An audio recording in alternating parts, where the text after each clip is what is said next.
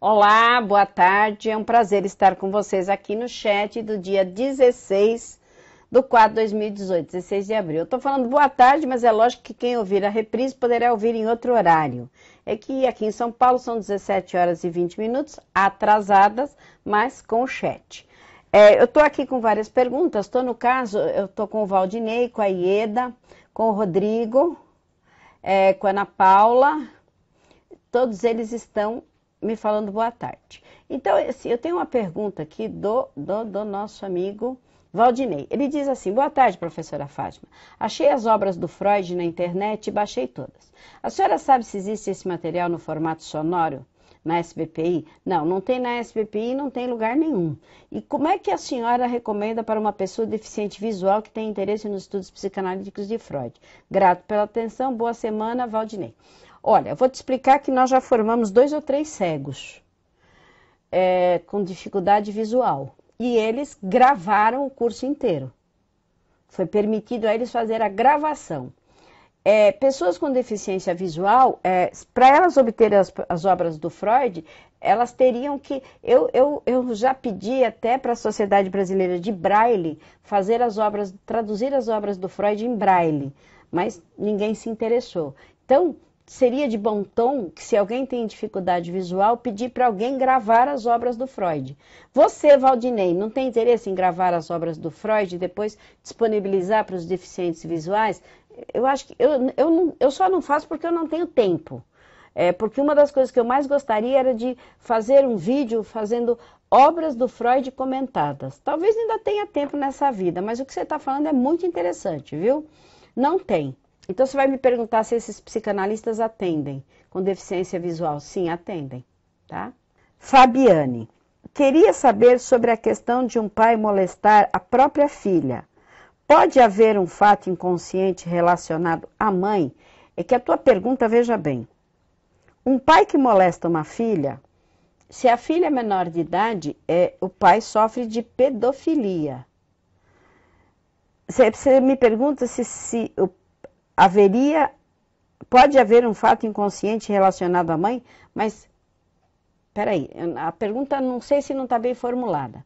Se é em relação à mãe, você está falando da filha, porque o pai não pode ser filho da mãe, ele é o marido dela. Então você está falando da filha. O que tem a ver o pai molestar a filha? Assim, porque na questão do Édipo, né, Fabiane, o que acontece é o seguinte, a filha pode ter desejos pelo pai, mas não ao ponto de querer fazer sexo.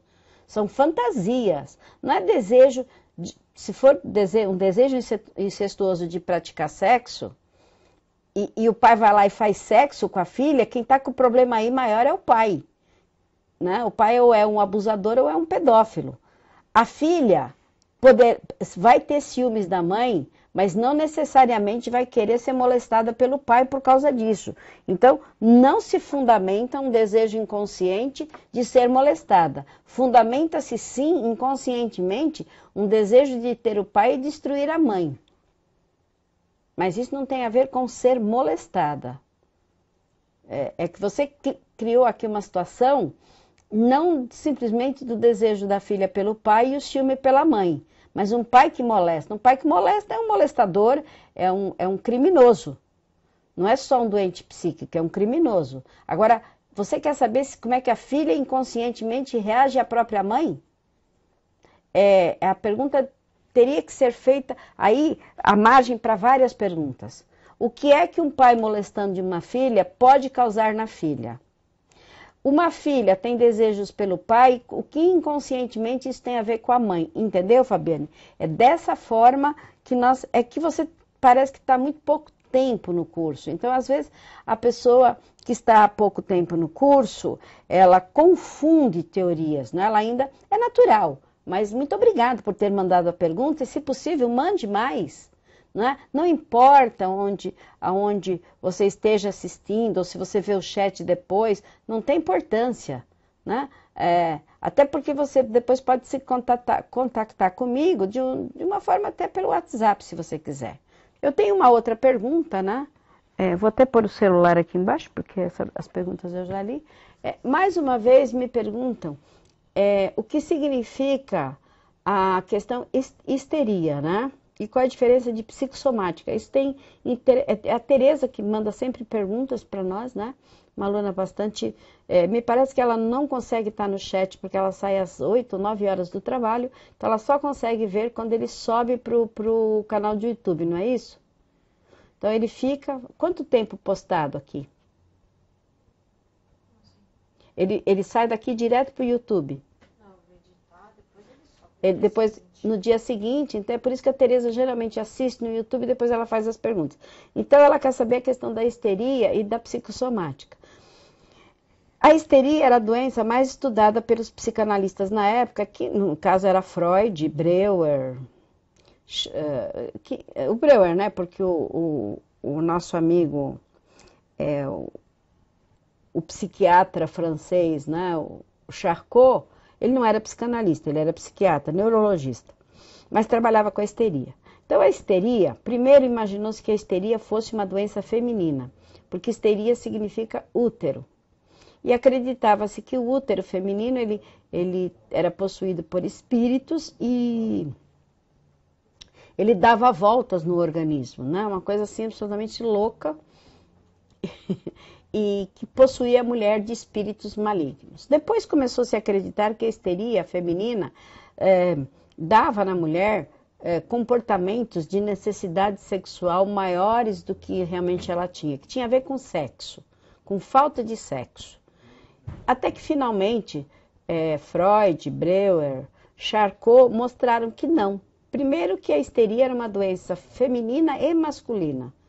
Ambos tinham a doença, que era uma doença de caráter psicológico, e que significava o seguinte: a pessoa tinha sintomas de uma doença física, tanto um homem quanto uma mulher, só que na hora de ir no médico fazer todos os exames clínicos, essa doença não era verdadeira. Né? A pessoa tinha uma dor aguda e não tinha nada, não tinha uma inflamação, uma infecção, uma distensão, não tinha nada. Era apenas um sintoma histérico, era inconsciente, era uma neurose. Né? No filme Freud, Além da Alma, conta a história da Anna Pappenhau, que tinha sintomas histéricos. Então, assistindo o filme, talvez, Tereza, você consiga entender melhor. Agora, psicossomática é diferente. Psicossomática é quando uma doença é de origem psíquica, mas ela se instala como doença biológica, doença física. Então, a pessoa passa, por exemplo, a ter uma úlcera. Está lá no estômago, de fato, ela precisa ir no médico, ela tem que ir no gastro.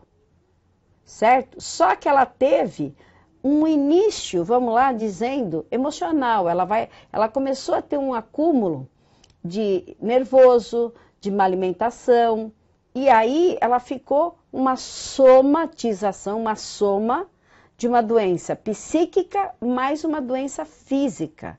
Então ela precisa ser tratada concomitante com um médico especialista naquela doença, mais o psicanalista que vai dar, digamos assim, uma condição de que essa pessoa, depois de terminado o seu tratamento, não volte a ter aqueles sintomas, visto que vai se tratar o que teve início lá no começo. E a psicossomática, ela pode ser assim ou mecânica. O que seria mecânica, Tereza? É quando, por exemplo, a pessoa está muito triste, está muito aborrecida, e ela senta na calçada e fica horas na chuva. E fica com uma pneumonia. Mas porque ela ficou horas ali tomando vento, frio e chuva, ok? Ela não teve um início psíquico. A pessoa que criou aquela demanda. Ou uma pessoa que fica muito tempo sem se alimentar, porque está depressiva e vai criando problemas orgânicos, ok? Ana Paula, curso de regressão e hipnose devem ser presenciais? Não. Eles podem ser feitos primeiro na internet e depois eles deverão ser presenciais. Eu vou dar presencialmente uma aula no dia 22, aqui na Praça Heróis da FEB, dia 22, domingo, às 13 horas. Vocês estão todos convidados para vir assistir essa primeira aula. O curso começa presencial de fato em maio, mas vocês podem ir fazendo também os gratuitos para ter conhecimento de todo o nosso trabalho na área de regressão e psicanálise, tá? A Leda, na realidade o desejo da filha pelo pai é a energia psicossexual que quer dizer libido. Isso. Esta é, na verdade, a necessidade biológica como carinho, aconchego, amparo. É isso aí, professora? É sim, Leda. É que a moça que fez a pergunta, a Fabiane, ela fala de um pai que abusa de uma filha, né? E se essa filha vai ter uma relação inconsciente com a mãe, tá? O Rodrigo, existe algum filme mais atualizado do que Freud Além da Alma? Veja bem, Rodrigo, naquilo que o filme explica sobre a vida do Freud, especificamente da Ana Oh, nós não temos. Nós vamos ter A Jornada da Alma, que já é um filme que, eu vou até colocar aqui, filme, né? Filme A Jornada da Alma, que já é um filme sobre Freud e Jung, e que a continuação dele é um método perigoso. Então, muita gente assiste Método Perigoso sem antes ter assistido Jornada da Alma. Não é legal, certo? Então, assiste primeiro isso para você entender. Correto? Bom, Rodrigo, é isso? Vai assistindo esses filmes. Você tem também, se você quiser, você tem O Homem dos Ratos, para entender um pouco sobre Freud. Então, assim, de filmes, né? Tem Homem-Rato, tem Homem dos Ratos, Homem-Rato. Você tem A Invenção da Psicanálise. A Invenção da Psicanálise eu acho que está postado na plataforma. Né? E é um documentário. Aí, se vocês quiserem, eu vou mandando esses filmes e literatura recomendada para vocês.